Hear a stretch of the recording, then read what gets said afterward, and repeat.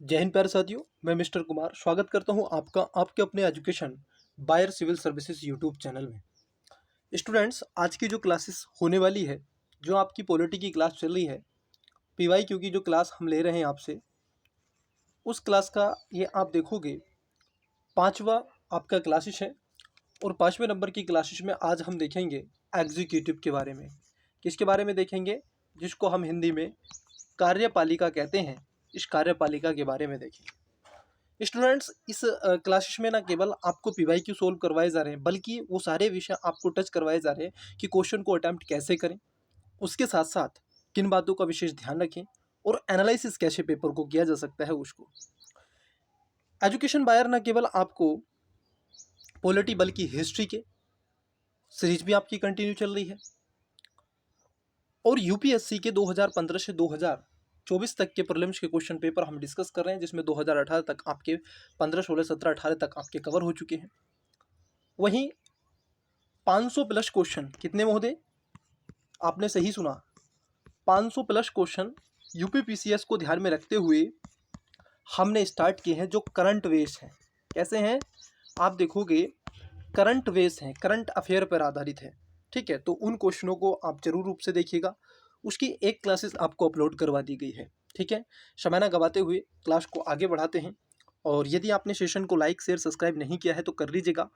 और आप comments box में आवश्यक रूप से बताइएगा कि आपको ये सेशन कैसा लगता है। मैं कुछ आपको होमवर्क दूंगा, उसको आवश्यक रूप से कीजिएगा और क्वेश्चन का आंसर भी आप कमेंट्स बॉक्स में बताने का प्रयास कीजिएगा। तो क्वेश्चन आपकी स्क्रीन पर आई होप आपको विजुअल हो रहा है। चलिए सर, देखिएगा पहला क्वेश्चन क्या कह रहे हैं। क्वेश्चन कहता है कि निम्नलिखित में से कौन संघ की कार्यपालिका या के अंग हैं?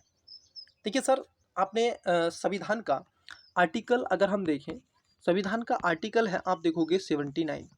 वो कहता है भारत की एक संसद होगी, भारत की एक संसद होगी जिसके 2 सदन होंगे, जिसमें आप देखोगे लोकसभा आर्टिकल 81 में इसकी चर्चा की गई है, और राज्यसभा जिसकी 80 में इसकी चर्चा की गई है।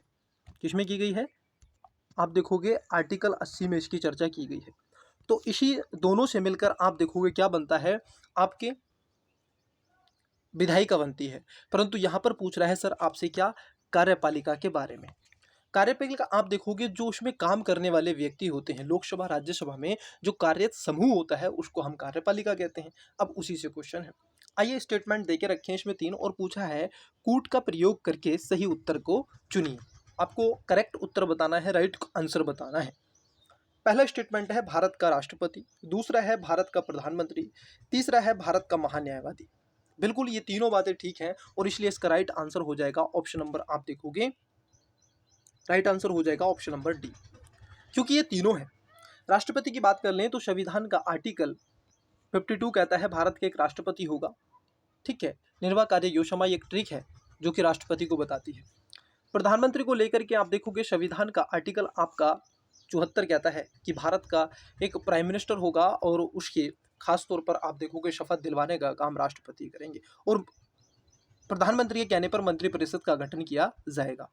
महान्यायवादी महोदय, जिसको अटॉर्नी जनरल के नाम से जाना जाता है, संविधान के आर्टिकल 76 में इसकी चर्चा की गई है, जिसको अटॉर्नी जनरल कहते हैं। इसकी नियुक्ति पदच्युक्ति सारी चीज़ें आपको डिटेल्स में मैंने करवा दी हैं।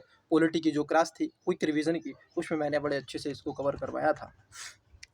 इन सब के अलावा और कौन कौन शामिल होते हैं, तो आप देखोगे उपराष्ट्रपति और मंत्रिपरिषद इसके और शामिल होते हैं। कौन होते हैं? बाई प्रेसिडेंट्स। और इन सब के अलावा मंत्रिपरिषद काउंसिल ऑफ मिनिस्टर भी इसमें शामिल होते हैं। ठीक है, तो इसलिए राइट आंसर क्या हो जाएगा? डी। अगले क्वेश्चन की तरफ बढ़ते हैं, अगले क्वेश्चन को देखते हैं। सर अगला क्वेश्चन क्या कहता है?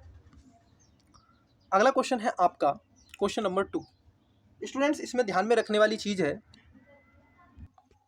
हाँ जी, क्वेश्चन सेकेंड पर हम बात कर रहे हैं। देखिए क्वेश्चन नंबर जो सेकेंड है वो क्या है सर? वो क्वेश्चन कहता है संविधान के अनुसार केंद्र सरकार को निम्नलिखित में से किन कर्तव्यों का पालन करना। देखो ये कह रहे हैं कि संविधान के अनुसार मतलब संविधान कौन सी व्याख्या करता है और केंद्र सरकार को किन कर्तव्यों का पालन करना होता है, ये बात आपसे पूछ रहा है। और इसमें 2 स्टेटमेंट देके रखे हैं स्टूडेंट्स। ठीक है, ये मैं आपको एक और बात बता दूं, ये सारे क्वेश्चन पीवाईक्यू है, सब किसी ना किसी परीक्षा में, खासतौर पर यूपीएससी की परीक्षा में और स्टेट पीसीएस, ठीक है, स्टेट पीसीएस की परीक्षा में ये क्वेश्चन पूछे गए हैं और अन्य यूपीएससी की चाहे एनडीए हो, सीडीएस हो, सीएवीएफ हो, जो परीक्षाएं होती हैं उनमें ये क्वेश्चन पूछे गए हैं। ठीक है, तो इसी क्वेश्चन पर मैं बात कर रहा हूँ।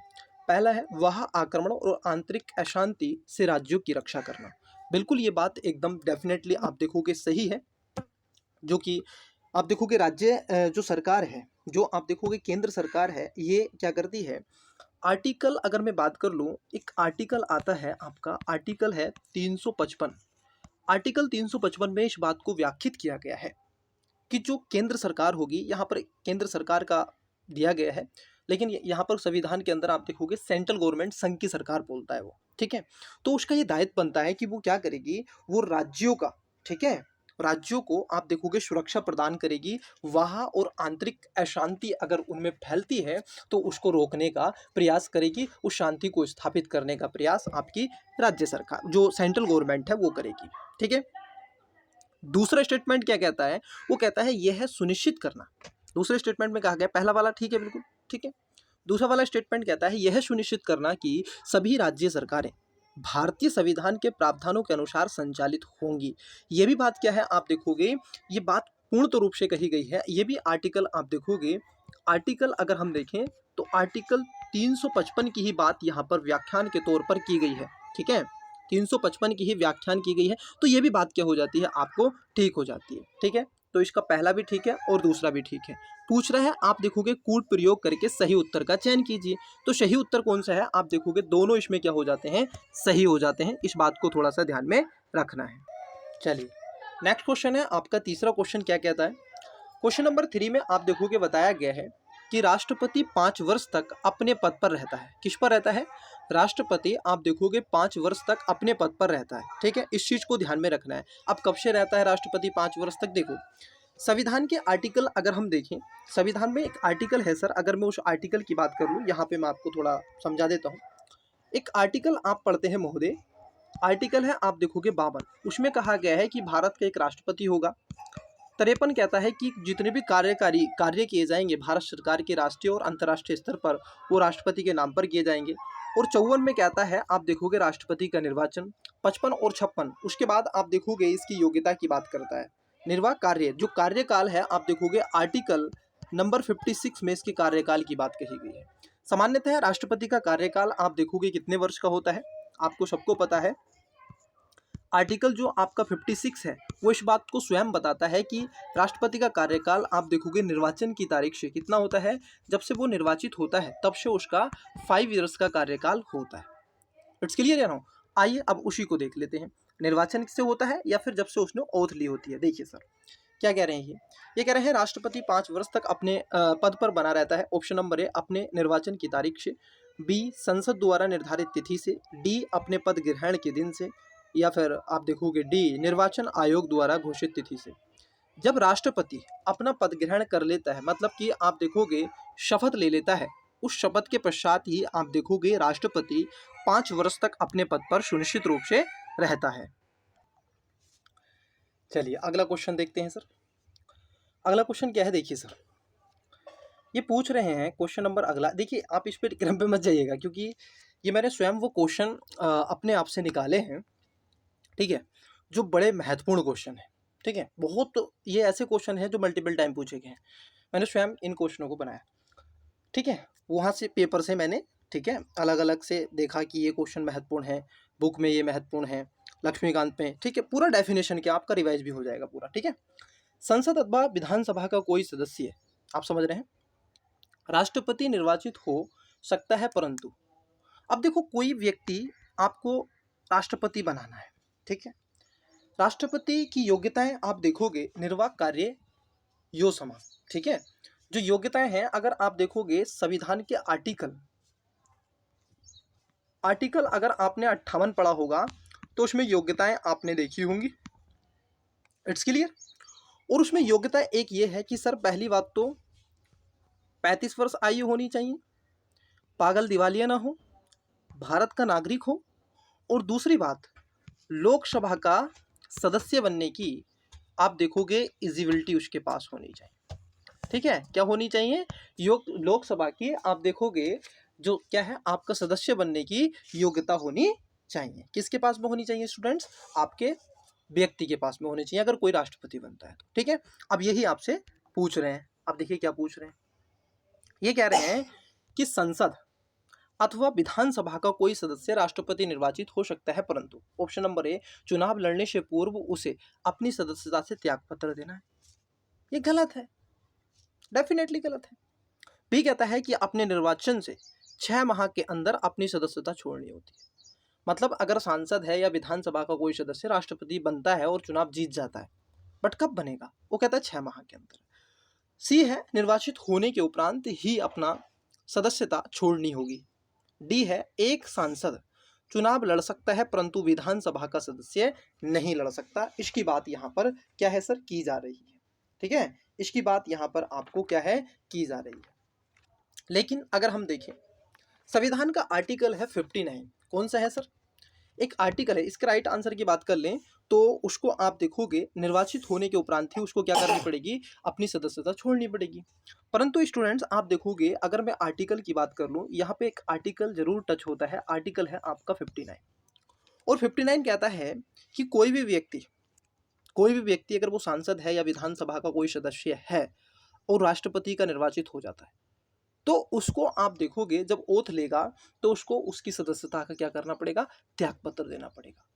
क्योंकि हमारे यहाँ पर भारत के जो सिस्टम है, ठीक है, परिसंघात्मक व्यवस्था है, को फेडरल सिस्टम भारत में है, तो यहाँ ऐसा सिस्टम है कि यहाँ पर एक व्यक्ति 2 पदों पर नहीं रह सकता। ठीक है, वो आप देखोगे ऐसा नहीं कर सकता कि वो सांसद भी रह ले और राष्ट्रपति भी रह ले। ठीक है, तो ये आपको क्या है ध्यान में रखना है। अगले क्वेश्चन की तरफ बढ़ते हैं, अगले क्वेश्चन को देखते हैं। अगला क्वेश्चन आपसे पूछा है निम्नलिखित कथनों पर विचार कीजिए। ठीक है सर, विचार करते हैं। ओके, और ये इसमें 3 स्टेटमेंट देके रखे हैं और पूछ रहे हैं कौन सा कथन सही है। ठीक है, कौन सा कथन सही है? वीडियो को पॉज कीजिएगा, आंसर बताइएगा कमेंट्स बॉक्स में, बाकी का एनालिसिस मैं कर रहा हूँ। पहला है कि भारत का राष्ट्रपति अपना त्यागपत्र या तो भारत के उपराष्ट्रपति या फिर भारत के मुख्य न्यायाधीश को सौंप सकता है। कौन सर? भारत का राष्ट्रपति। ये बात क्या हो जाती है? आप देखोगे ये बात एकदम क्या हो जाती है? आप देखोगे, ठीक है, ये बात गलत हो जाती है। क्यों गलत हो जाती है? केवल आप देखोगे संविधान के आर्टिकल 61 में इस बात को बताया गया महाभियोग की प्रक्रिया, राष्ट्रपति पर महाभियोग लगाया जाता है। जब महाभियोग लगाया जाएगा तो उस स्थिति में राष्ट्रपति को आप देखोगे 14 दिन पूर्व ही सूचना आपको इन्फॉर्म करनी होती है। ठीक है, फिर उसका अपना प्रोसेस होता है। ठीक है, लोकसभा राज्यसभा में अगर मान लीजिए राष्ट्रपति पर महाभियोग लगाना है और महाभियोग लोकसभा से लगाया जाए तो आपको 100 अनुमोदन, 100 प्रस्तावक, 100 अनुमोदन मेंबर्स होने चाहिए। राज्यसभा से लगता है तो 50 पे काम चल जाएगा। ठीक है, और मैं आपको एक और बात यहाँ पर इन्फॉर्म के तौर पर दे दूँ कि मान लीजिए कोई व्यक्ति इलीगल तरीके से, मतलब एक सही उसने प्रक्रिया को नहीं अपनाया है बट वो राष्ट्रपति बन गया और उसने कई ऐसे डिसीजन ले लिए, काम कर दिए गए, तो जो काम किए गए हैं वो काम अगर वो राष्ट्रपति हटता है महाभियोग की प्रक्रिया के तहत, जो उसके द्वारा किए गए कार्य हैं वह कार्य पूर्णतः रूप से सही होंगे, वो गलत नहीं होंगे। क्योंकि जो राष्ट्रपति काम करता है ना, वो आप देखोगे काउंसिल ऑफ मिनिस्टर के कहने पर करता है, मंत्री परिषद के कहने पर करता है, जिसकी चर्चा आप देखोगे संविधान के आर्टिकल 352 में की गई है, मंत्री परिषद की। ठीक है, कैबिनेट मिनिस्टर्स जो होते हैं। यहाँ तक क्लियर हो गया? बाकी का आप देखोगे 75 और 74 आर्टिकल आप पढ़ते हैं जिसमें इसकी चर्चा विस्तृत रूप से दी गई है। यहाँ तक चीजें क्लियर होगी? आइए अब इसी पर देख लेते हैं। तो ये कह रहे हैं कि भारत का राष्ट्रपति अपना त्यागपत्र या तो भारत के उपराष्ट्रपति या फिर मुख्य न्यायाधीश को सौंप सकता है। जी नहीं सर, मुख्य न्यायाधीश को कभी नहीं सौंपता है। केवल ओनली 61 में इस बात को रेखांकित किया गया है कि केवल और केवल वाइस प्रेसिडेंट्स को प्रेसिडेंट्स क्या कर सकते हैं? अपना त्यागपत्र दे सकते हैं। उनको अगर रिजाइन करना है, उसको रिजाइन करना है तो केवल अपना रिजिग्नेशन किसको देंगे? वो वाइस प्रेसिडेंट्स को देंगे। पहला स्टेटमेंट गलत है।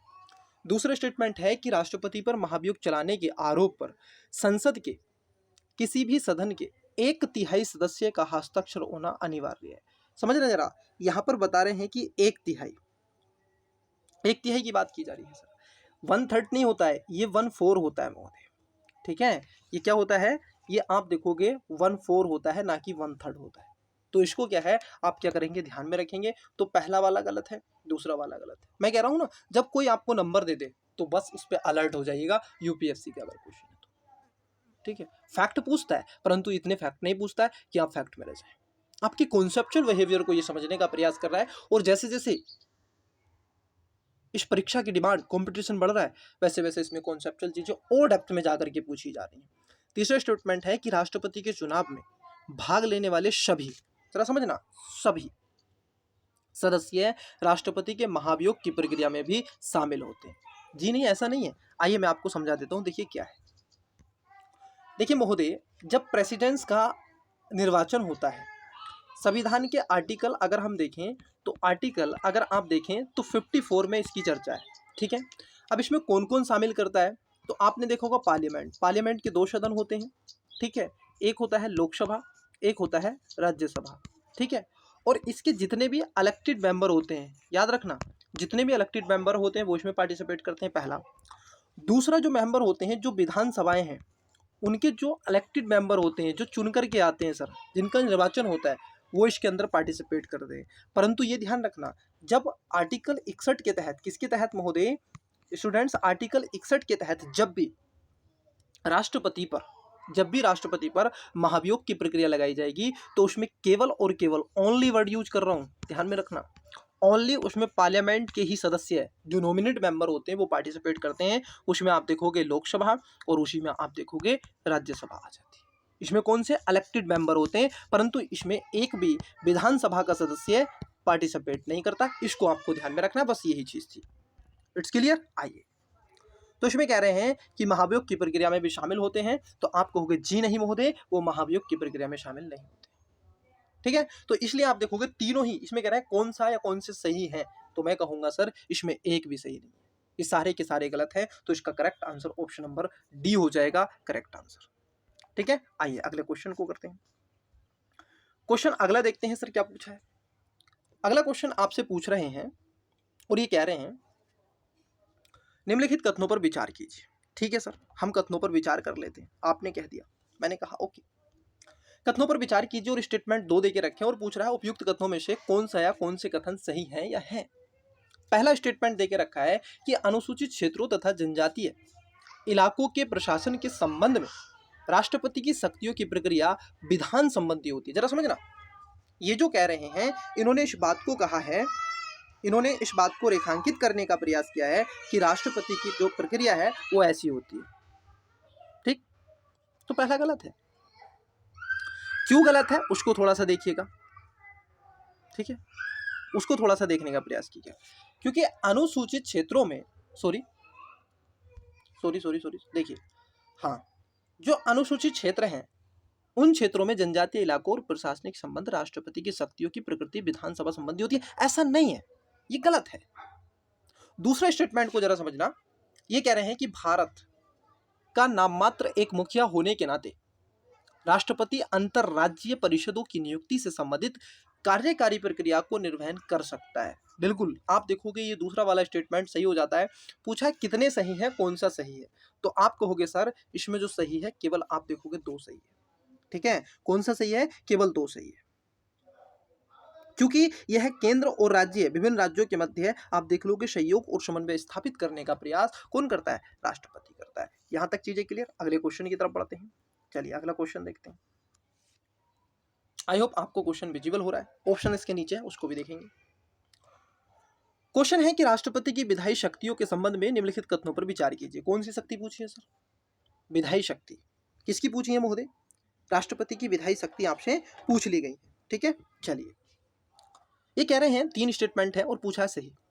राष्ट्रपति को संसद के सदस्यों के अयोग्य संबंधी मुद्दों पर निर्वाचन आयोग के साथ परामर्श करने की शक्ति होती है। ये बात क्या है आपकी, ठीक है, ये एकदम बात आप देखोगे ठीक है, बिल्कुल एकदम ठीक है। दूसरा, जब संसद सत्र में ना हो तो वह अध्यादेश प्रख्यापित कर सकता है, परंतु वह उस अध्यादेश को कभी भी वापस नहीं ले सकता। एक्सट्रीम वर्ड को दिया गया है, ये कह रहा है कभी वापस नहीं ले सकता। सर ऐसा तो है ही नहीं, राष्ट्रपति अध्यादेश जारी करेगा, ये बिल्कुल बात ठीक है, परंतु महोदय आप देखोगे वो उस अध्यादेश को वापस भी ले सकता है। ठीक है, ये भी आपको ध्यान में रखना है, वो उसको वापस भी ले सकता है। तो दूसरा स्टेटमेंट क्या है, गलत है। अब आप एलिमेट मेथड लगा लीजिए। दूसरा स्टेटमेंट गलत है। अब देखिए कहां कहां पर 2 है उसको आप देख लीजिएगा। किसकी बात कर रहे हैं? आप 2 को देख लीजिएगा कहाँ कहाँ पर है, ठीक है? आप 2 को देख लीजिएगा कहाँ कहाँ पर है। आप देख लीजिएगा 2 कहाँ कहाँ पर है। देखिए 2 अगर हम देखें तो 2 ए में है, 2 बी में है, 2 डी में है। अब इसका मतलब है कि तीसरा सही होगा। आइए पढ़ लेते हैं तीसरा कैसा है।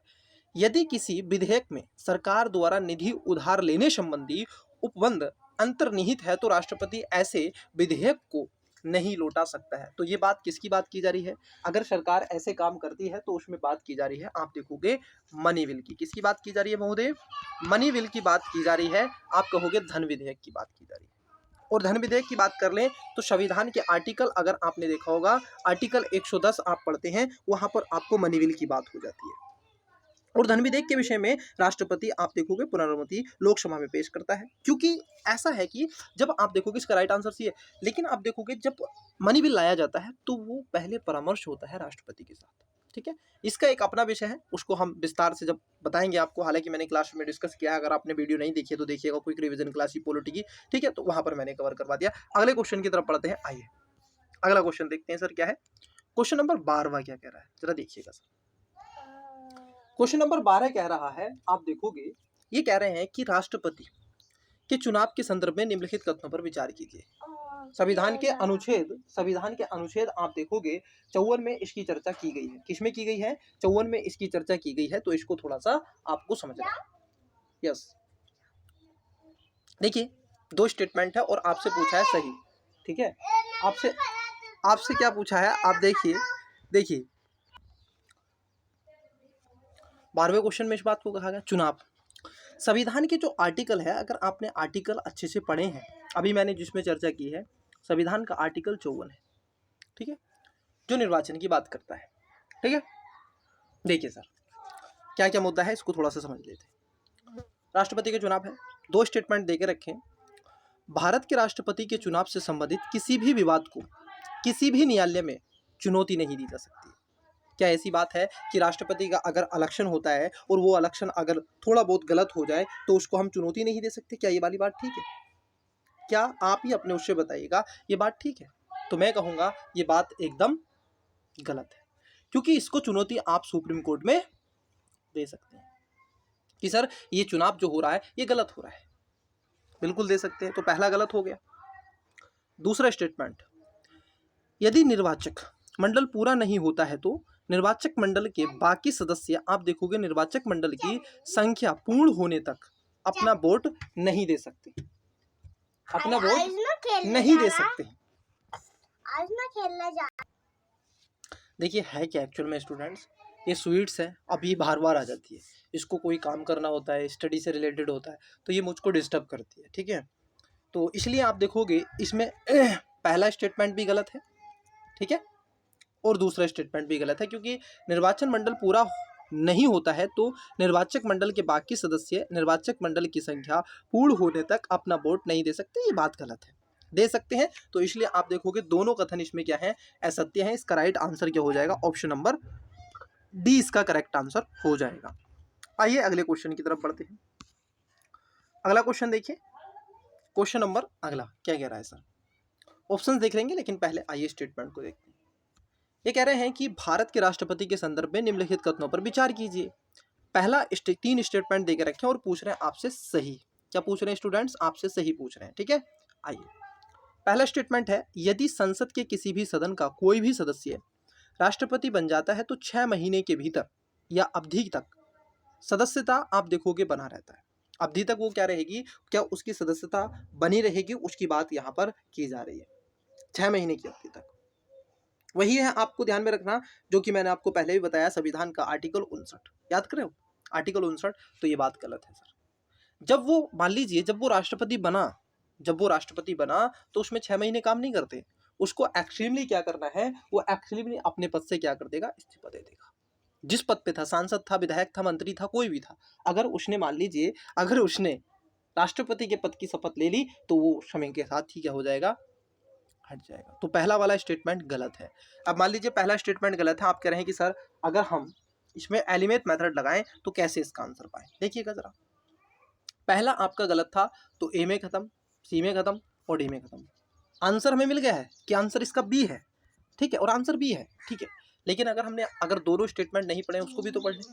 दूसरा स्टेटमेंट क्या कह रहा है, वो कह रहा है कि आप देखोगे भारत का राष्ट्रपति संसद द्वारा यथा निर्धारित विशेष अधिकारों को प्राप्त करने का हकदार होता है। ये बात एकदम सही है, उसको विशेष अधिकार दिए गए हैं। जैसे आप देखोगे किसी व्यक्ति की वो सजा माफ कर सकता है, मृत्युदंड रोक सकता है, ठीक है, इसको ध्यान में रखना।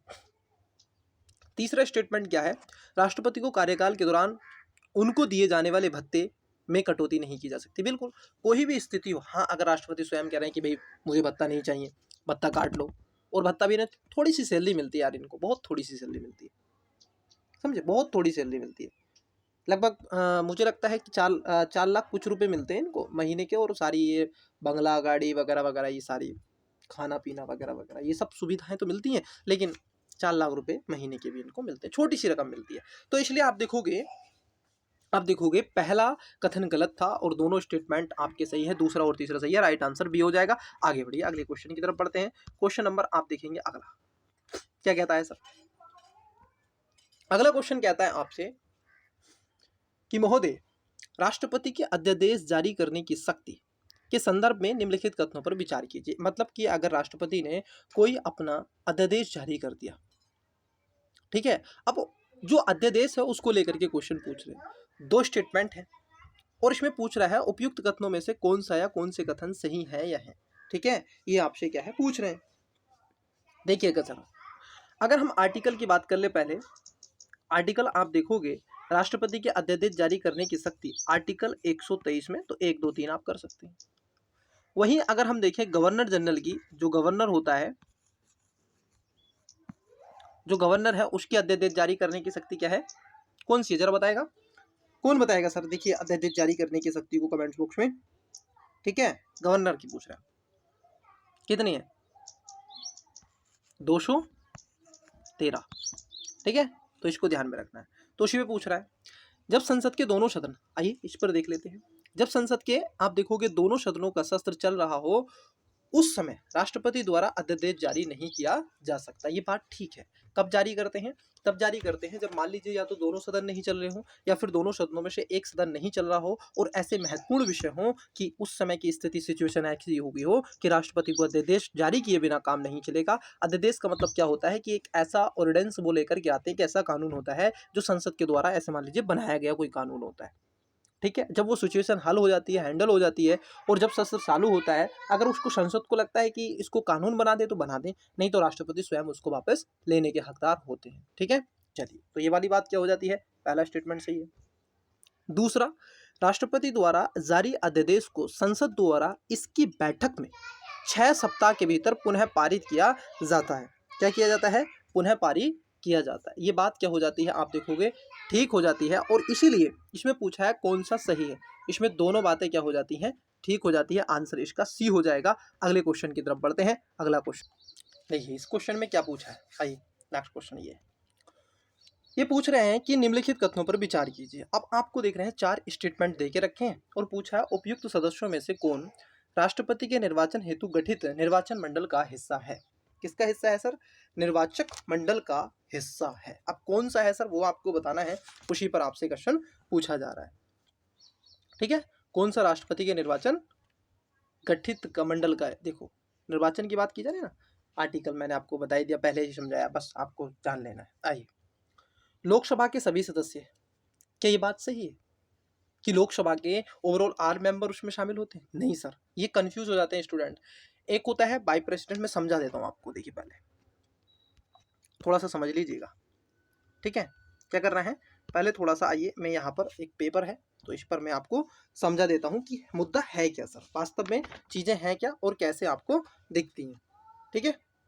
देखिए सर क्या मुद्दा है आपका, जरा मुद्दे को समझना। मुद्दा ये है कि संविधान के अनुच्छेद, अगर आप 54 की बात करें तो उसमें राष्ट्रपति के इलेक्शन की बात की गई है, ठीक है।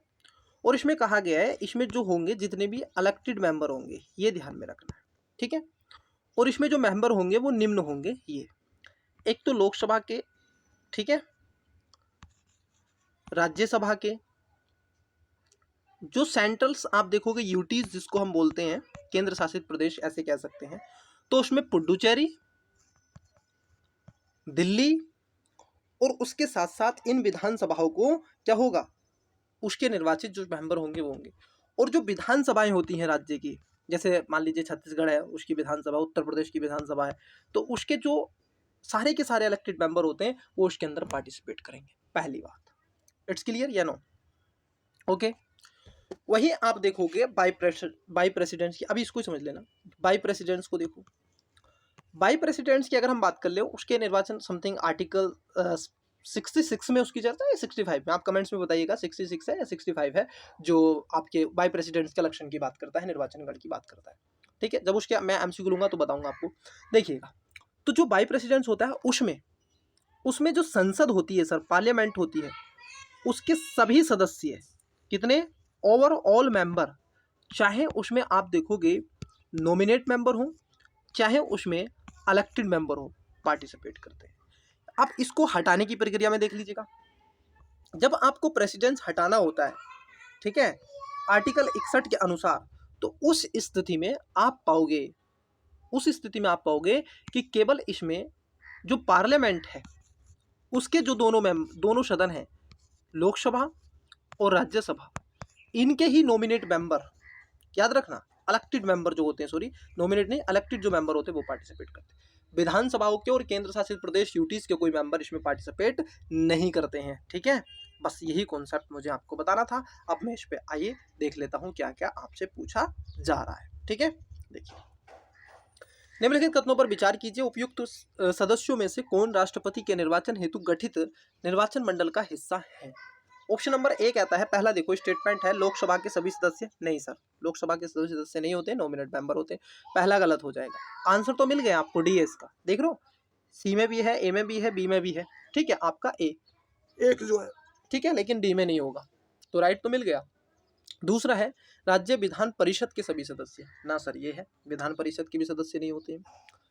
तीसरा है, राज्यसभा के सभी सदस्य, राज्यसभा के सभी सदस्य नहीं होते हैं, ये भी गलत है।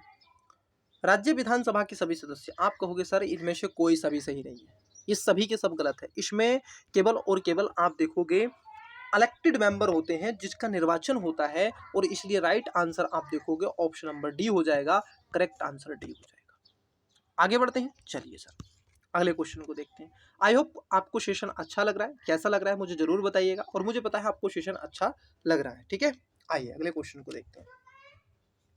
ये कह रहे हैं कि राष्ट्रपति के पास कोई संवैधानिक विवेक का अधिकार नहीं है, परंतु उसके पास कुछ परिस्थिति विवेक का अधिकार है। निम्नलिखित में से किस या किन परिस्थिति या परिस्थितियों में राष्ट्रपति अपने विवेक का अधिकार का प्रयोग कर सकता है। अब देखो कहाँ कर सकता है, जो मैंने आपको बताया, संविधान के एक आर्टिकल देके रखा है, आर्टिकल आप देखोगे 123 इस चीज की चर्चा करता है। ठीक है, 123 इस चीज की चर्चा करता है, और 213 गवर्नर की बात करता है, वहां पर उसके ऑर्डिनेंस, उसकी जो डिस्क्रिशनरी पावर है उसकी बात करता है। ठीक है, आइए इसमें जो देके रखे हैं, अब विवेकाधिकार का प्रयोग कर सकता है, कहाँ कर सकता है, कैसे कर सकता है, पहला स्टेटमेंट को आइए समझ लेते हैं। संघ राज्य क्षेत्रों के प्रशासन के रूप में अपने कार्यों का निर्वहन करने के लिए क्या उसमें कर सकता है या नहीं कर सकता है, उसकी बात कर रहा है। देखो यहाँ पर जो शब्द बोला गया है, ये बोला गया है संघ राज्य क्षेत्र, मतलब जो यूटी है, जैसे दिल्ली है, पुडुचेरी है, लद्दाख है, जम्मू कश्मीर है, ठीक है, छत्तीसगढ़ है, अंडमान निकोबार है, लक्षद्वीप है, ठीक है, दादर एवं नगर हवेली है, तो इनमें आप देखोगे नहीं कर सकता है, पहली बात। दूसरा स्टेटमेंट है, मंत्रिपरिषद की किसी अनुचित सिफारिश को पुनर्विचार हेतु लौटाने में कर सकता है, बिल्कुल कर सकता है सर, एकदम कर सकता है। तीसरा स्टेटमेंट है, प्रधानमंत्री से प्रशासन तथा किसी विधान संबंधी जानकारी मांगने में कर सकता है, बिल्कुल कर सकता है। और प्रधानमंत्री का दायित्व है, आर्टिकल आप देखोगे 78 के तहत, कि वो राष्ट्रपति को क्या करें, समय रहते हुए आप देखोगे उनको सूचना उपलब्ध कराएं, उनको बताएं कि सर ये चीज़ें हो रही हैं।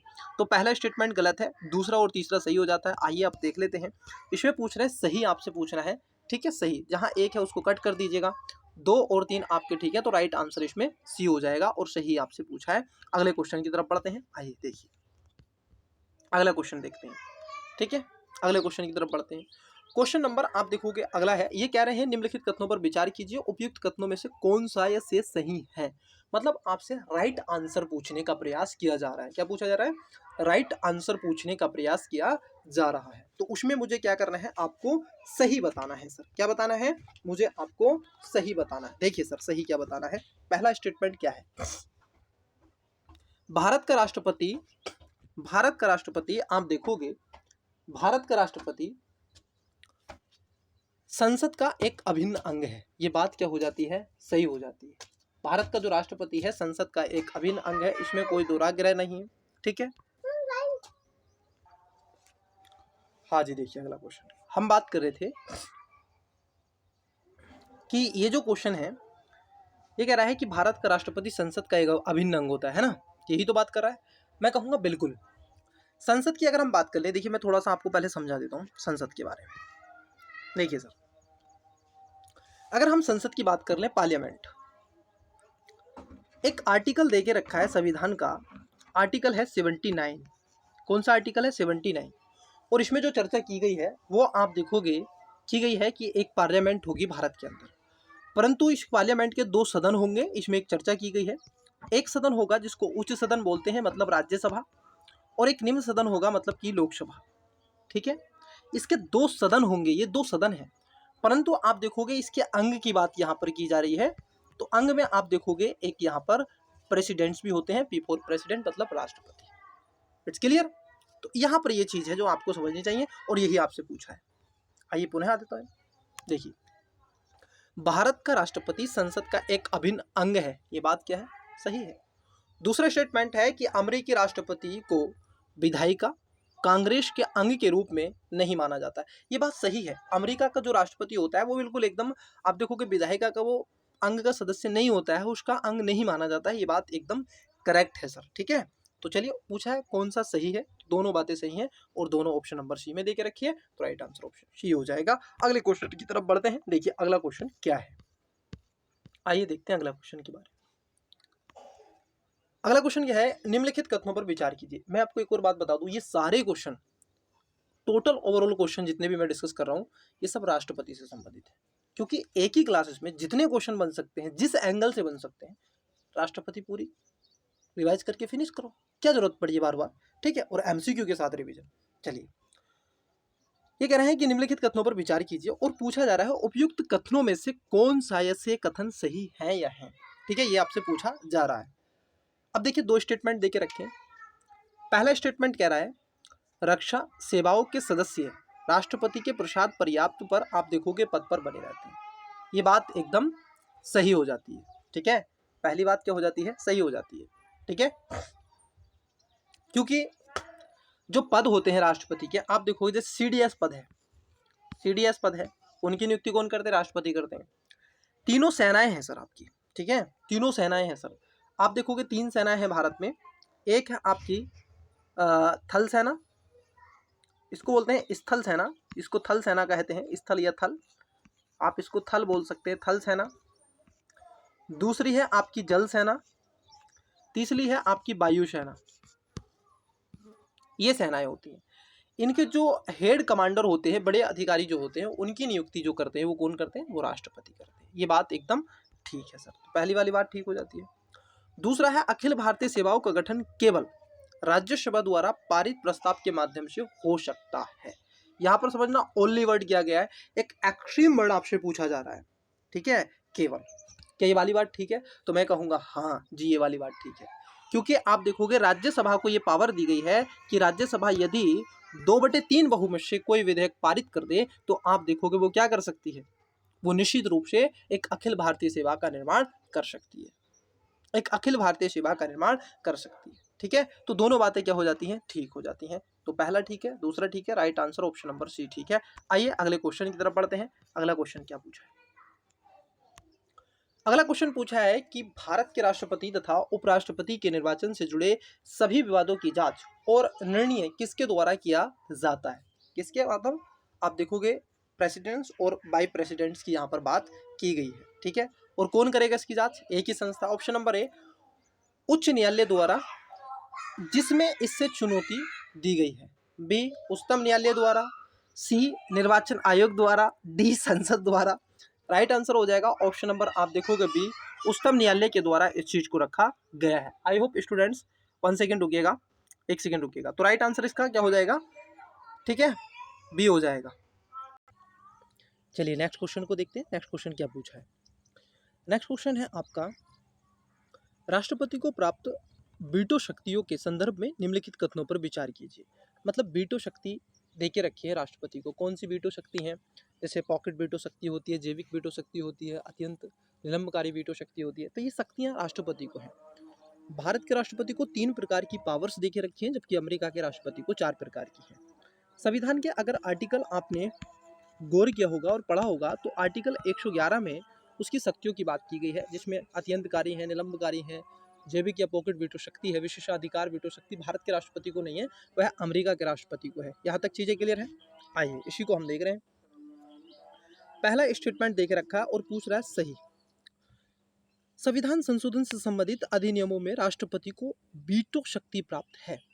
देखिए संविधान संशोधन के विषय में राष्ट्रपति को यह शक्ति प्राप्त नहीं है। यदि आप देखोगे आर्टिकल 368 के अनुसार संविधान में कोई अमेंड किया जा रहा है, कोई अमेंडमेंट्स कहीं ना कहीं सरकार लेकर के आ रही है, तो उस समय राष्ट्रपति की जो शक्तियां है, वीटो शक्तियां, वो शून्य की कगार पर पहुंच जाती हैं, या फिर मैं कहूँगा चली जाती है। ठीक है, क्योंकि दोनों सदन वहां पर हैं। तो पहला स्टेटमेंट क्या है, गलत है सर। दूसरा, राष्ट्रपति धन विधेयक को अपने पास लंबित नहीं रख सकता है। ये बात एकदम करेक्ट है। क्यों नहीं लंबित रख सकता है? धन विधेयक की चर्चा आप देखोगे मनी बिल, आर्टिकल 110 में इसकी चर्चा की गई है मनी बिल की। ठीक है, 110 में की गई है। राष्ट्रपति के पास आप देखोगे असोल्ट कर सकता है, विथड्रॉ, और उसके साथ साथ आप देखोगे उसको अपने पास नियंत्रित नहीं रख सकता, परंतु उसको पुनर्विचार के लिए भी नहीं लौटा सकता है।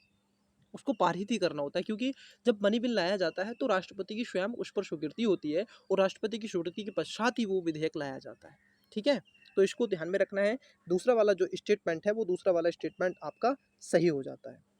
यहाँ तक क्लियर हो गया? चलिए ठीक है, तो दूसरा स्टेटमेंट क्या है? पहला स्टेटमेंट गलत है, दूसरा स्टेटमेंट ठीक है। तीसरा स्टेटमेंट है कि राष्ट्रपति का विशेषाधिकार राजनीतिक परिस्थितियों पर आधारित होता है। ये बात एकदम ठीक है कि यदि मान लीजिए ऐसी कोई परिस्थितियां अगर जनित हो जाएं, कोई ऐसी सिचुएशन उस समय तत्कालीन आ जाए, तो उस समय राष्ट्रपति इनका उपयोग कर सकते हैं, इनका सदुपयोग कर सकते हैं, जो विशेषाधिकार हैं, जो उनको अध्यादेश जारी करने की शक्ति दी गई है। ऐसा ही एक केस आपको देखने को मिलेगा। हालांकि 24वें संविधान संशोधन कब, आप देखोगे 24वें संविधान संशोधन किया गया था 1971 में। ठीक है, और इस 71 में ही राष्ट्रपति अपनी स्वीकृति प्रदान करने के लिए बाध्यकारी बना दिया गया था। ये भी आपको ध्यान में रखना है। ठीक है, चलिए सर, दोनों बातें क्या हो जाती हैं इसमें, आप देखोगे पहला गलत है, दूसरा और तीसरा ठीक है, और पूछ रहा है सही। तो राइट आंसर इसका ऑप्शन नंबर क्या हो जाएगा, सी, डी इसका सॉरी करेक्ट आंसर हो जाएगा, ऑप्शन नंबर डी। चलिए सर अगले क्वेश्चन की बात कर लेते हैं। ये क्वेश्चन बड़ा इंपॉर्टेंट है, आपको सामने दिख रहा होगा, ये मोस्ट क्वेश्चन आपको लिखा हुआ भी नज़र आ रहा होगा। ये क्यों मोस्ट है? क्योंकि जब मैं क्वेश्चन को इसको देख रहा था तो मैंने अपना माइंड थोड़ा सा यूज किया और अच्छे से मैंने एनालिसिस किया कि सर ये क्वेश्चन बन रहे हैं। ऐसे क्वेश्चन आप देखोगे यूपीएससी पूछ रहा है, बिल्कुल सेम ऐसे क्वेश्चन पूछ रहा है, उसके साथ साथ यूपीपीसीएस पूछ रहा है, आरओ का रिकॉर्ड देखिएगा सर, कितने क्वेश्चन पूछे गए थे आरओ में, ये क्वेश्चन पूछे गए। तो इसलिए मुझे उचित लगा कि क्यों ना इस क्वेश्चन को भी लिया जाए, और इस क्वेश्चन के माध्यम से आपको पूरी स्ट्रेटजी इस क्वेश्चन की बता दी जाए, इस टाइप के क्वेश्चनों की कैसी हो सकती है मैं बताऊंगा। देखिए पहले आइए मैं आपको यही बता देता हूँ, फिर बाद में हम क्वेश्चन पर डिस्कस कर लेते हैं।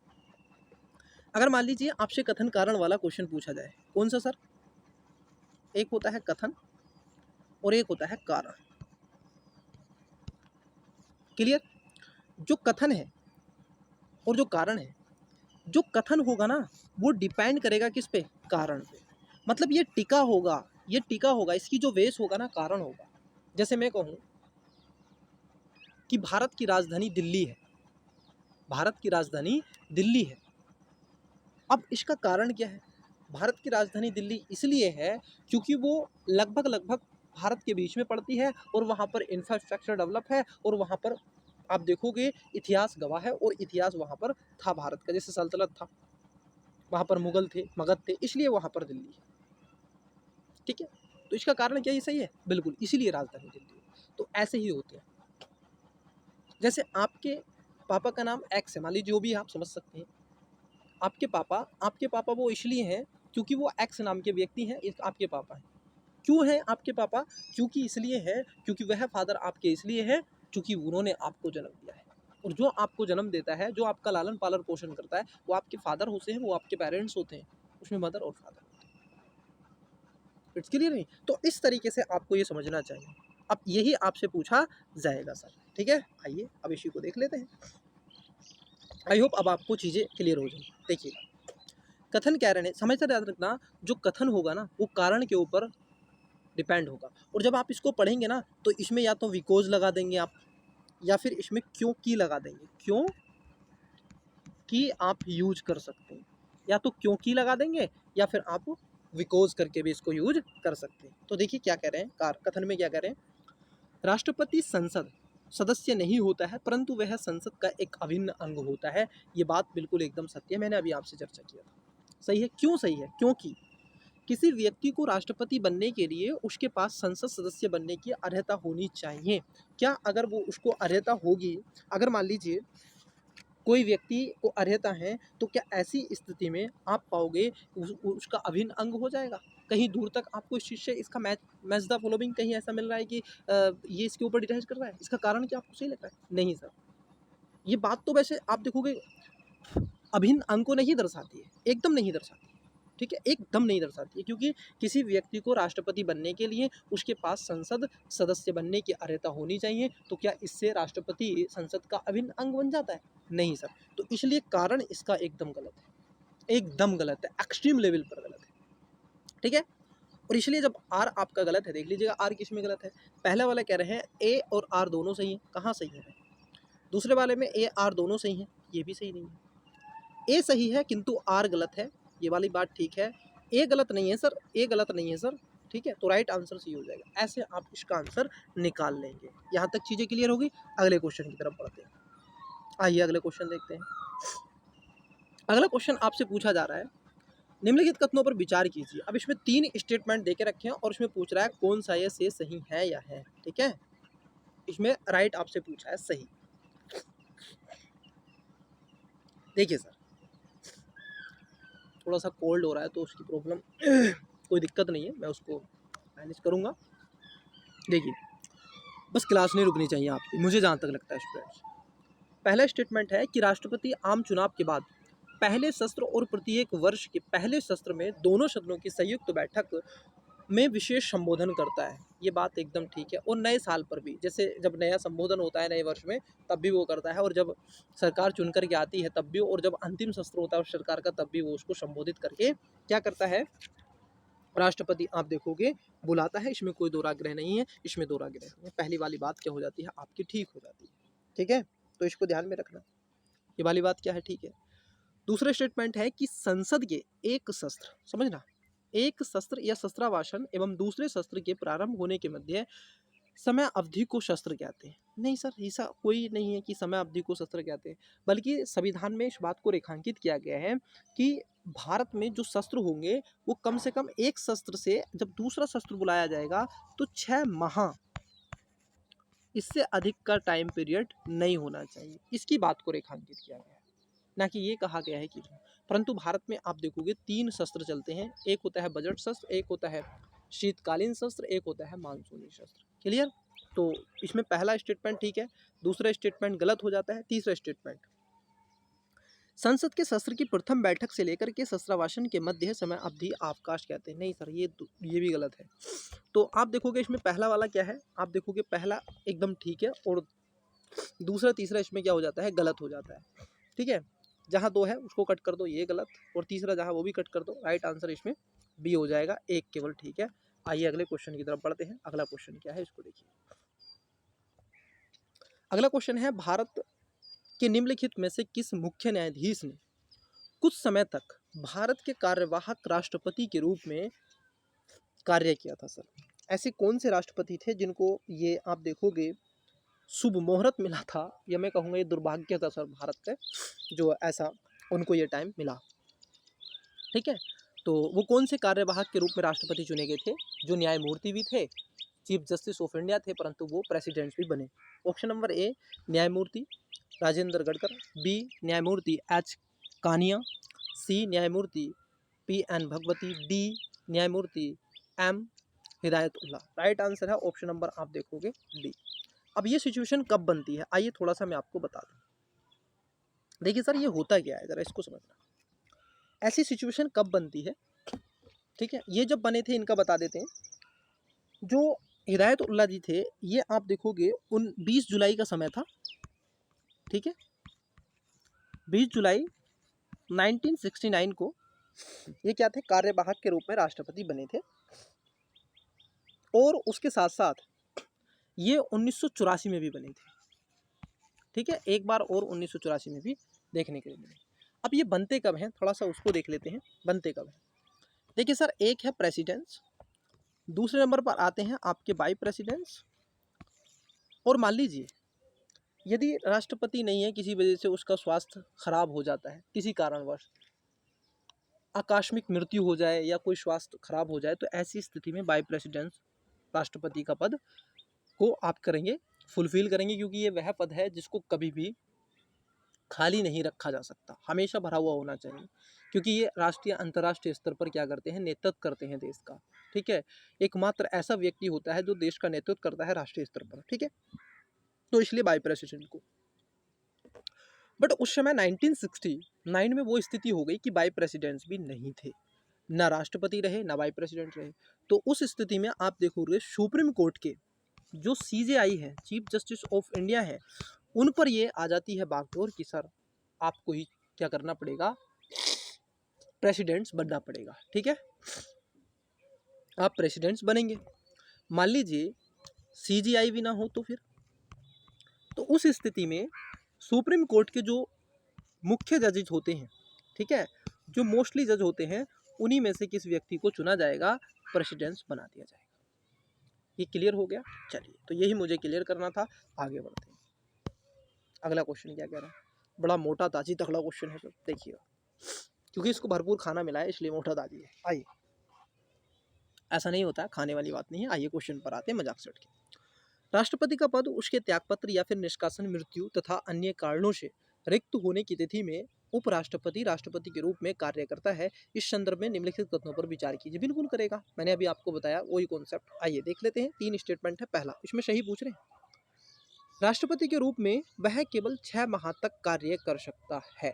एक्सट्रीम वर्ड दिया गया है ओनली। क्या बात ठीक है? बिल्कुल, ये 6 माह तक ही काम करेगा सर, क्योंकि 6 महीने के अंदर इस बात को मैंडेटरी कहा गया है कि 6 महीने के भीतर भीतर आपको नया राष्ट्रपति चुन करके लाना है। ठीक है, नया आप प्रेसिडेंट्स लेकर के आएंगे, उनका इलेक्शन करवाएंगे ही करवाएंगे। ठीक है, तो ये बात क्या हो जाती है, सही हो जाती है। ठीक है, ये बात क्या हो जाती है, आप देखोगे सही हो जाती है। दूसरा, और आर्टिकल 65 में इस बात की चर्चा की गई है, आप देखोगे आर्टिकल 65 में कि यदि ऐसी सिचुएशन बनती है तो वाइस प्रेसिडेंट क्या करेंगे, राष्ट्रपति के पद पर चले जाएंगे, और सारी की सारी सुविधाएं, टोटल ओवरऑल सारी सुविधाएं क्या होंगी, अब वाइस प्रेसिडेंसी को राष्ट्रपति की मिलेंगी, क्योंकि राष्ट्रपति के पद का निर्वहन कर रहे हैं। ठीक है, देखिए, दूसरा है कि इस अवधि के दौरान वह राज्यसभा के सभापति को दे किसी भी वेतन व भत्ते का अधिकार नहीं रखते हैं। ये भी बात क्या हो जाती है आपकी, ये भी बात आप देखोगे ठीक हो जाती है। अगला स्टेटमेंट है कि इस अवधि के दौरान वह न केवल राष्ट्रपति के सारे कार्य का निर्वहन करता है, बल्कि राज्यसभा के सभापति के में भी अपने सारे कार्यों का निर्वहन करता है। नहीं सर, फिर वो भारत का वाइस प्रेसिडेंट नहीं रहता है। फिर विषय उठता है कि सर जब वो राष्ट्रपति बन जाते हैं, जो वाइस प्रेसिडेंट्स हैं, अगर वो राष्ट्रपति बन जाते हैं, प्रेसिडेंट्स बन जाते हैं, तो उस समय वाइस प्रेसिडेंट्स का जो भूमिका है राज्यसभा में कौन निभाता है, तो आपने देखा होगा एक होते हैं उपसभापति होते हैं। ठीक है, जो वाइस चेयरमैन होते हैं, जो विपक्ष पार्टी का होता है, नॉर्मल सी बात है, तो वो उसमें निर्वहन करते हैं। मान लीजिए वो भी नहीं होंगे, तो उस स्थिति में राज्यसभा स्वयं निर्धारित करेगी कि किस व्यक्ति को चुना जाएगा और उतने समय के लिए। ठीक है, तो इसको ध्यान में रखना है। तीसरा स्टेटमेंट क्या है, आप देखोगे गलत है आपका। क्या हो जाता है, तीसरा स्टेटमेंट गलत हो जाता है। जहां जहां 3 है उसको कट कर देंगे, तो 3 आपको बी में है, सी में है और डी में है, और इसका राइट आंसर केवल आप देखोगे ए हो जाएगा 1 और 2। पूछा था आपसे सही। अगले क्वेश्चन की तरफ बढ़ते हैं, अगला क्वेश्चन देखते हैं। देखिए सर, निम्नलिखित में से किन्हें भारत के राष्ट्रपति द्वारा नियुक्त किया जाता है? सर कौन है ऐसे जिनको नियुक्त किया जाता है भारत के राष्ट्रपति के द्वारा? मैंने ये क्वेश्चन पहले भी आपसे डिस्कस कर लिया है, ठीक है, परंतु ये फिर से आ गया। आइए देखिए, और कूट का प्रयोग कर सही उत्तर को चुनिएगा। सही उत्तर आपको बताना है, ठीक है। पहला है वित्त आयोग के सदस्य को।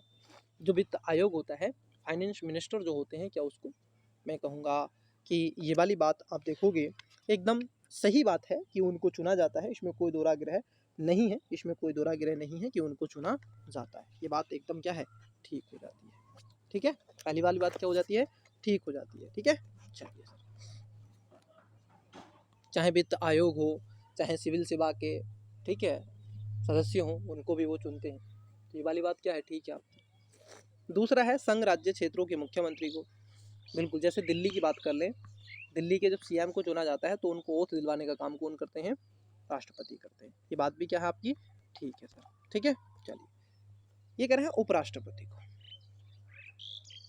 उपराष्ट्रपति को आप देखो, क्या उपराष्ट्रपति को राष्ट्रपति चुनते हैं? जी नहीं सर, वो कभी नियुक्त नहीं करते हैं, बल्कि देखो उपराष्ट्रपति को चुन के आती है राज्यसभा। क्या आती है, राज्यसभा, क्योंकि ये राज्यसभा के सभापति होते हैं। इनको वेतन भत्ते राज्यसभा के सभापति के मिलते हैं, ना कि उपराष्ट्रपति के। वाइस प्रेसिडेंट का इनको 1 रुपया नहीं मिलता है। वेतन भत्ते सारी चीज़ें हमारे यहाँ पर ये देखा गया कि सर हमने एक वाइस प्रेसिडेंट का पद बनाया किस लिए, ताकि अगर किसी सिचुएशन में आकस्मिक स्थिति अगर ऐसी हो जाती है कि जो राष्ट्रपति का पद है वो खाली रहता है, तो उस स्थिति में राष्ट्रपति वहाँ पर बैठेंगे। ये हमने इसलिए बनाए। परंतु फिर हमने देखा कि नहीं सर, अब हम इनको ऐसा तो नहीं है कि इनको वेतन भत्ते ऐसी देते रहेंगे, इनको सुविधाएं ऐसी देते रहेंगे। तो हम एक काम करते हैं, क्यों ना इनको राज्यसभा का सभापति नियुक्त कर दें और वेतन भत्ते उसके मिले और काम इनसे उसमें करवाया जाए। तो इसलिए यहाँ पर क्या होते हैं, सभापति होते हैं, चेयरपर्सन होते हैं, वर्तमान में जगदीप धनखड़ जी, ठीक है। चलिए, तो इसमें आप देखोगे 1 और 2 ठीक है, तीसरा वाला स्टेटमेंट गलत है, ठीक है। चलिए सर, आइए अगले क्वेश्चन की तरफ बढ़ते हैं। अगला क्वेश्चन क्या कहता है, निम्नलिखित कथनों पर विचार कीजिए, कौन सा सही नहीं है। क्या पूछा है, कौन सा आपको सही नहीं पूछा है कि सर गलत कौन सा है, ठीक है, ये आपसे पूछ रहे हैं, तो गलत ही बता देंगे हम। देखिएगा, भारत के राष्ट्रपति का चुनाव एक निर्वाचन मंडल द्वारा किया जाता है, जिसमें संसद के दोनों सदनों के सदस्य तथा विधानसभा के सदस्य शामिल होते हैं। देखो नॉर्मली अगर टेम्परेली इस बात को मैं रखूँ तो ये बात सही है, लेकिन इन्होंने ये नहीं बोला है, यहाँ पर देखना निर्वाचन मंडल में इन्होंने ये नहीं बोला है कि निर्वाचन मंडल में निर्वाचित सदस्य, नॉमिनेट नहीं, इलेक्टेड मेंबर को चुना जाता है। इन्होंने ये केवल इसमें बोल करके अपने आप को पीछे कर लिया है, आप स्टूडेंट्स पे छोड़ दिया है कि आप बताइएगा सही है कि गलत है। तो आप नॉर्मली ऐसे स्टेटमेंट को सही मानेंगे सर, पहली बात। दूसरा स्टेटमेंट है, भारत के उपराष्ट्रपति का चुनाव संसद के दोनों सदनों के चुने हुए सदस्यों से मिलकर बने निर्वाचन मंडल से होता है, ठीक है। ये भी बात क्या हो जाती है, आप देखोगे ये भी बात क्या हो जाती है, सही हो जाती है कि गलत। पहली वाली भी गलत है, दूसरी वाली भी गलत है। क्यों गलत है, मैंने आपको पहले बताया। आपके माइंड में चल रहा होगा इस तरफ सही बता रहे हैं, महोदय गलत है। मैंने आपको बताया था, जरा फिर से आप जरा देखिएगा, यहाँ पर फिर से मैं पढ़ देता हूँ स्टेटमेंट।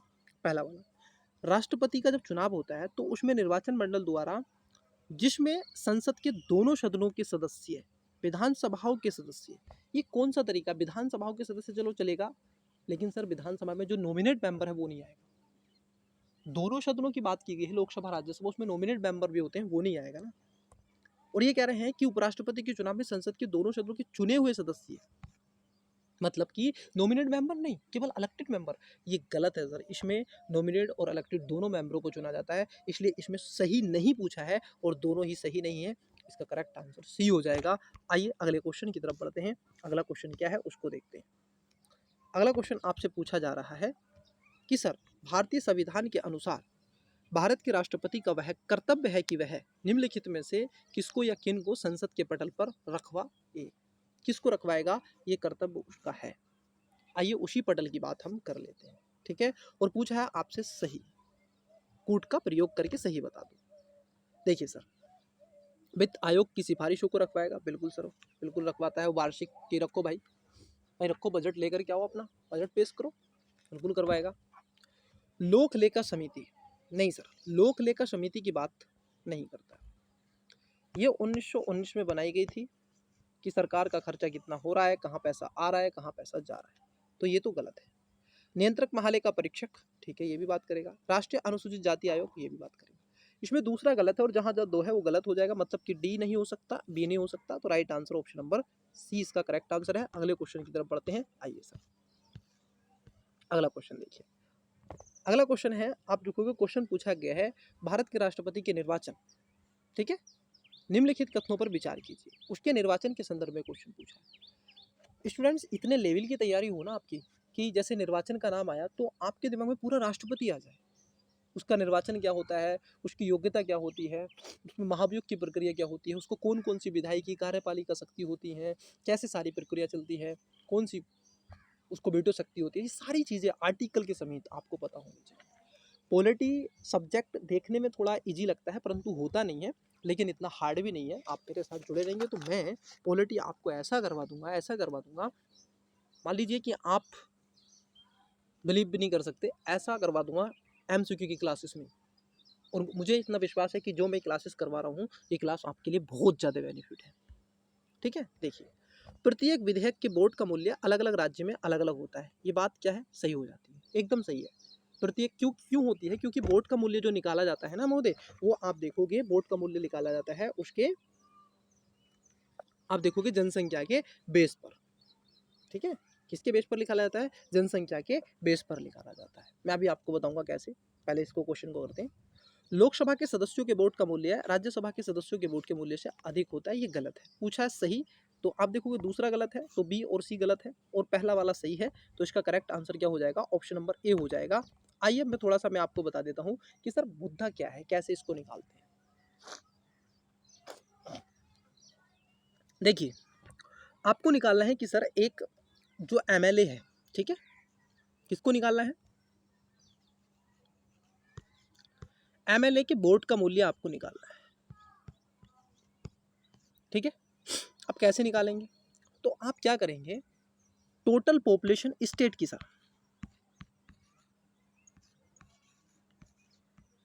टोटल पॉपुलेशन बटे जितने भी निर्वाचित सदस्य हैं, निर्वाचित सदस्य, और आप मल्टीप्लाई कर देंगे यहाँ पर 1/1000 से, 100 से नहीं करनी है, 1000 से, बस ये किसका आ गया, एमएलए के वोट का मूल्य आ गया। उसके बाद आप निकालते हैं मेंबर ऑफ पार्लियामेंट एमपी का वोट का मूल्य, ठीक है। इसमें क्या करेंगे, टोटल एमएलए, किसकी बात करेंगे,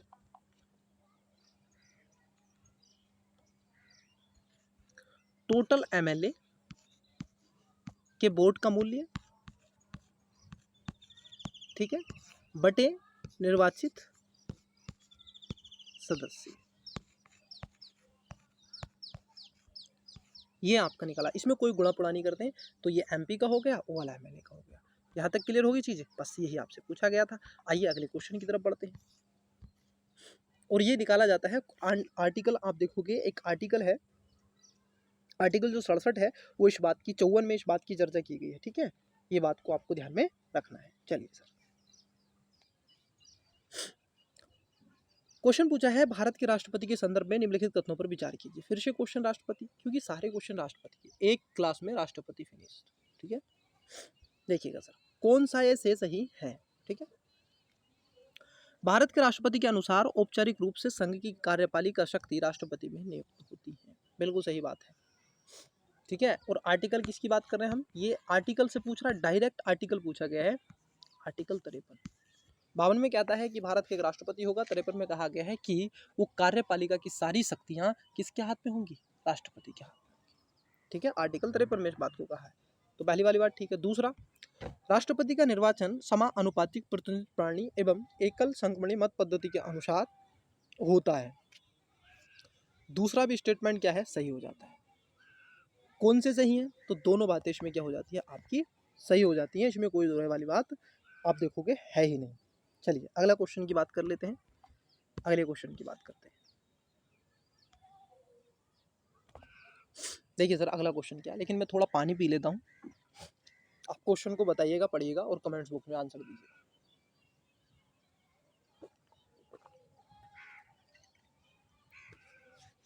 चलिए देखिए, आपने क्वेश्चन पढ़ लिया होगा और आपने आई होप आंसर भी कमेंट्स बॉक्स में दिया होगा।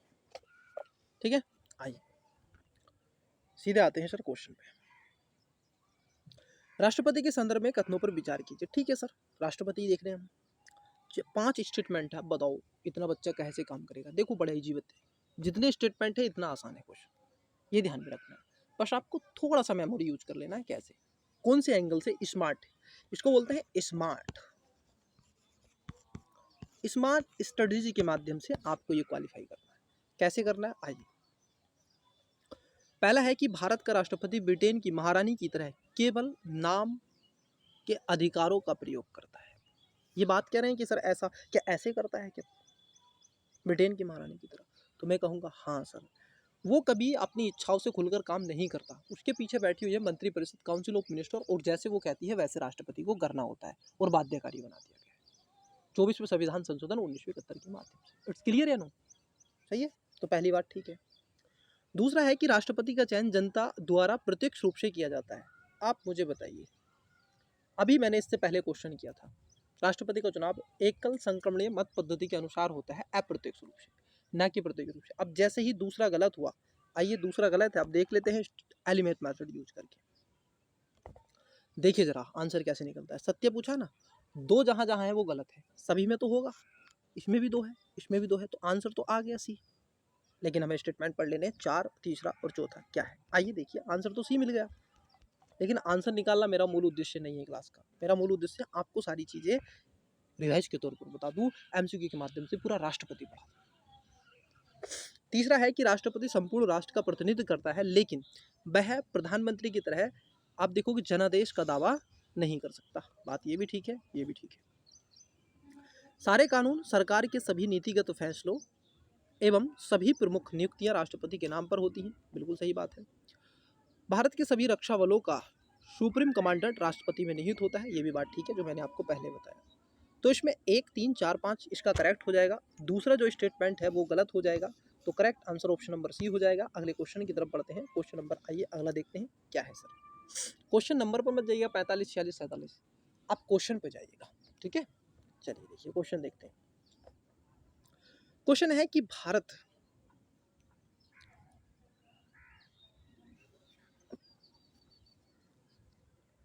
में निम्नलिखित में से कौन सा सदस्य जो राष्ट्रपति का चुनाव होता है उसकी प्रक्रिया में शामिल होते हैं। ये पूछ रहा है, राष्ट्रपति के चुनाव की प्रक्रिया में निम्नलिखित में से कौन से सदस्य शामिल होते हैं, उनकी बात कर रहा है। ठीक है, और 4 स्टेटमेंट है और पूछ रहा है सही। ठीक है, देखिए कौन कौन होते हैं।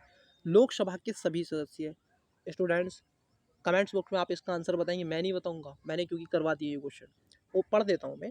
लोकसभा के सभी सदस्य, राज्यसभा के सभी सदस्य, राज्य विधान परिषद के सभी सदस्य, या फिर संसद के दोनों सदनों के सभी राज्यों की विधानसभाओं के निर्वाचित सदस्य। ये क्वेश्चन रिपीट हुआ है। ठीक है, तो आप बताएंगे इसका आंसर क्या है। फिर से बता दे रहे हैं, राष्ट्रपति के चुनाव की प्रक्रिया में निम्नलिखित में से कौन सदस्य शामिल होते हैं। लोकसभा के सभी सदस्य, राज्यसभा के सभी सदस्य, राज्य विधान परिषद के सभी सदस्य, या फिर संसद के दोनों सदनों के सभी राज्य की विधानसभाओं के आप देखोगे निर्वाचित सदस्य। ठीक है, आइए तो इसका आंसर आप कमेंट्स बॉक्स में बताएंगे। ये आपको बताना है, होमवर्क ले लीजिए, या फिर इसको कमेंट्स बॉक्स में आपको ये आंसर 100% बताना है। ठीक है, इसका कमेंट्स में आप आंसर दोगे। देखते हैं आपने कितना सीखा और कितना पाया। ठीक है, आइए अगला क्वेश्चन लेके चलते हैं। अगला क्वेश्चन क्या है सर, देखिए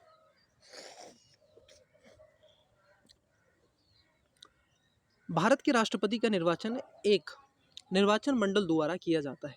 यह निर्वाचन मंडल निम्नलिखित में से किन के निर्वाचित सदस्यों से मिलकर बना होता है। इसका आंसर भी आप कमेंट्स बॉक्स में बताएंगे, इसका आंसर भी आप कमेंट्स करेंगे। ठीक है, इसका आंसर भी आप कमेंट्स करेंगे, क्योंकि क्लास आपने देखी है सर, और मैंने आपको पढ़ा है, कॉन्सेप्ट चीज़ें क्लियर किए हैं, लेकिन पढ़ देता हूँ मैं। ठीक है, कौन मिलकर बना होता है, किससे निर्वाचन। ठीक है, आइए इसी की बात करें, निर्वाचन बताना। पहला स्टेटमेंट है संसद के दोनों सदन से, राज्य की विधानसभा से, राज्य की विधान परिषद से, राष्ट्रीय राजधानी क्षेत्र दिल्ली एवं पुडुचेरी की विधानसभा से। और पूछ रहा है सही, तो आप इसका सही आंसर मुझे कमेंट्स बॉक्स में बताएंगे। ठीक है, 49 नंबर का ये क्वेश्चन है। आइए अगला क्वेश्चन देखते हैं। ये भी बहुत ईजी क्वेश्चन है, क्योंकि मैं करवा चुका हूँ ऐसा क्वेश्चन और पूरा डिटेल में करवाया है सर। उसके बाद है निम्नलिखित विधेयकों के संदर्भ में विचार कीजिए। मतलब जो विधेयक है उस पर बात कर रहा है। हाँ, ये डिफरेंट है, इस पर मैं बात करता हूँ। देखिए,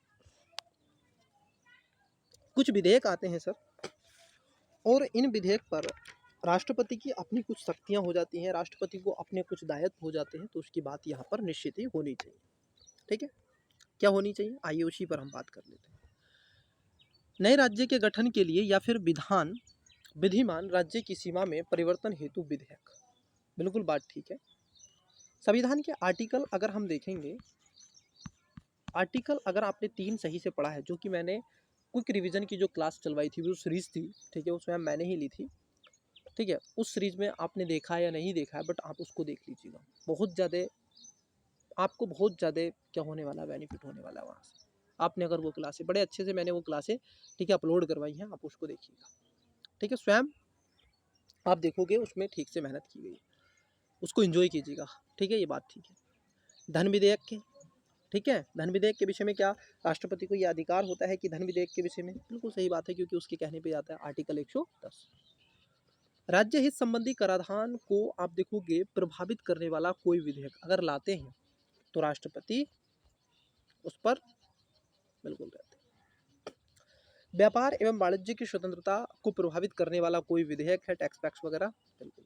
तो उपयुक्त विधेयकों में से कौन से विधेयक जो राष्ट्रपति की पूर्व अनुमति से ही सदन में पेश किए जाते हैं, अब कौन से हैं सर, ये सारे के सारे जो विधेयक हैं, ठीक है, सारे, मतलब ऑप्शन नंबर 20 का करेक्ट आंसर हो जाएगा। 1 2 3 4, इसमें आप देखोगे सभी स्टेटमेंट सही हैं। आइए अगले क्वेश्चन की तरफ बढ़ते हैं। अगला क्वेश्चन है आपका, राष्ट्रपति को प्राप्त वीटो शक्ति के संदर्भ में युग्मों पर विचार कीजिए। ठीक है, कुछ वीटो शक्ति है उसकी बात कर रहा है, और यहाँ पर वीटो दे के रखा है और कह रहा है सही सुमेलित है, मैच द फॉलोइंग। ये बहुत जरूरी है, मेरी तरफ से ये क्वेश्चन आउट है सर, क्योंकि इतना चर्चाओं में रह रहा है वीटो शक्ति बहुत ज़्यादा है, लेकिन ये राष्ट्रपति को इंडिकेटर करके नहीं रह रहा है, ये आप देखोगे बाई प्रेसिडेंट्स को, गवर्नर को करके आप देखोगे रह रहा है, सॉरी बाई प्रेसिडेंट गवर्नर को लेकर के। ठीक है, तो उसको ध्यान में रखना है। आइए राष्ट्रपति से पूछा है, देखते हैं। अत्यंतिक वीटो कहते हैं कि उच्च बहुमत के साथ विधायिका के जरिए अधिभावित होती है। दूसरे में कह रहे हैं कि विशेषित वीटो विधेयक पर राय सुरक्षित रखना। पॉकेट वीटो विधायिका द्वारा पारित विधेयक पर कोई निर्णय नहीं देना। देखो सर, अत्यंत वीटो जो होती है वो विधेयक पर राय सुरक्षित रखते हैं, पहली बात। और विशेषित वीटो जो होती है उच्च बहुमत के साथ विधायिका को आप देखोगे जरिए क्या है, अधिभावित करते हैं। परंतु तीसरा वाला जो है, जो पॉकेट वीटो होती है, वो विधायिका द्वारा पारित विधेयक पर कोई निर्णय नहीं लेना। ठीक है, और पूछ रहे हैं सही सुमेलित, तो इसमें आप देखोगे केवल तीसरा सुमेलित है, पहला और दूसरा गलत हो जाएगा, और जहां पहला और दूसरा गलत हो जाएगा तो ये गलत, ये गलत, ये गलत, राइट आंसर है ऑप्शन नंबर डी। ठीक है, चलिए तीसरा इसमें सही है। अगले क्वेश्चन की तरफ बढ़ते हैं। ये भी देखो मैच द फॉलोइंग से क्वेश्चन है। ठीक है, ऐसे क्वेश्चन यूपीपीसीएस में बहुत आते हैं। ठीक है, तो इस क्वेश्चन को आपको अच्छे से कवर कर लेना है। ठीक है, अब देखो सूची दे के रखी है, और यहाँ पर सूची 2 दे के रखी है। कुछ आर्टिकल हैं, जैसे राष्ट्रपति पर महाभियोग की प्रक्रिया, इतने टाइम से हम बता रहे हैं कि सर 61, तो पहले का 1 हो जाना चाहिए। राष्ट्रपति की क्षमादान की शक्ति किसमें दी गई है, क्षमादान कौन सी शक्ति के अनुसार वो कर सकते हैं, कौन सी के अनुसार नहीं कर सकते, उसकी बात कर रहे हैं। ठीक है, उस पर भी बात करेंगे अभी। भारत का महान्यायवादी, आर्टिकल आप देखोगे 76 में बताया मैंने स्टार्टिंग में, 3 तीसरा आ जाएगा। सदन के शस्त्रावासन का आप देखोगे भंग करना, आर्टिकल 85। ठीक है, और राष्ट्रपति की समाधान शक्ति 72 की बात की गई है, मतलब तो पहले का पहला ऐसे ही आप लगा लीजिए, बिल्कुल सहम। 1 2 3 4 जहाँ भी होगा वो इसका आंसर हो जाएगा। पहले का पहला, दूसरे का दूसरा, तीसरे का तीसरा, चौथे का चौथा, मतलब आप देखोगे राइट आंसर ऑप्शन नंबर ए हो जाएगा इसका करेक्ट आंसर। ठीक है, आइए अगले क्वेश्चन की बात कर लेते हैं। अगला क्वेश्चन क्या है, अगला क्वेश्चन भारत के राष्ट्रपति को एकमात्र मामले में अपनी पॉकेट वीटो शक्ति का प्रयोग किया गया था वह था। इसका आंसर मैं नहीं बताऊंगा, इसका आंसर आप बताएंगे सर कमेंट्स बॉक्स में।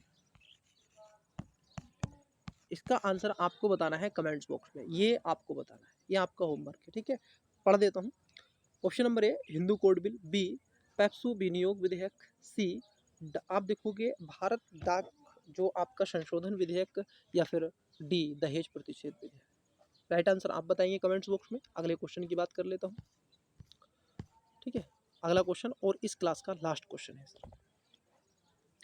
राष्ट्रपति के महाभियोग की प्रक्रिया के संबंध में कथनों पर चयन कीजिए। सर देखिएगा, ये भी बहुत इजी क्वेश्चन है, आपको बहुत ज़्यादा इजी लग रहा होगा क्योंकि मैंने इस पर डिटेल में जाकर के चर्चा पिछले क्वेश्चनों में की है, ठीक है। चलिए, और सही पूछ रहा है आपसे, ठीक है, सही कथन पूछ रहा है। ऑप्शन ए है महाभियोग की प्रक्रिया में लोकसभा के निर्वाचित और मनोनीत सदस्य भाग लेते हैं।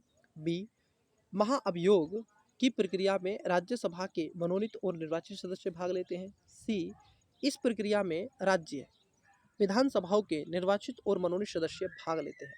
या फिर डी एक और दो दोनों सही है। आपको बताना है सर कौन सा सही है, ठीक है। और ये आंसर आप क्या करोगे, कमेंट्स बॉक्स में बताओगे। आई होप सेशन आपको कैसा लगा। सबसे पहले उसके लिए, क्योंकि आपने क्लास ये पूरी देखी है और चैनल को लाइक किया है, शेयर किया है, तो उसके लिए थैंक यू, पहली बात। दूसरी बात, अगर आपने नहीं किया है तो कर दीजिएगा, दोस्तों के साथ में शेयर कर दीजिएगा, क्योंकि आपका सब्सक्रिप्शन ही हमारी ताकत है। और जो मैंने आपको दिया है कमेंट्स में आंसर बोलने के लिए, उस आंसर को आवश्यक रूप से आप बताइएगा स्टूडेंट्स। आपको सेशन कैसा लगता है, क्योंकि ये जो एजुकेशन वायर है ये आप ही के लिए है, आप ही का परिवार है, तो आप इसके सदस्य हैं, ठीक है। जितना हो सके इसको फैलाने का प्रयास कीजिएगा, दोस्तों को जोड़ने का प्रयास कीजिएगा, क्योंकि यहाँ पर बहुत अधिक मात्रा में आपको बहुत कुछ निःशुल्क मिलने वाला है, कोई फीस कुछ नहीं लिया जाएगा, ठीक है। जितना हो सके इसको शेयर सब्सक्राइब करें, ठीक है। आपका सब्सक्रिप्शन हमारी ताकत है। मिलते हैं क्लासेस में, तब तक के लिए धन्यवाद। अगर कोई आपको मिस्टेक हुई है तो उसके लिए एक्सट्रीमली सॉरी। तब तक के लिए थैंक यू और धन्यवाद। जय Hind, best of luck, bye.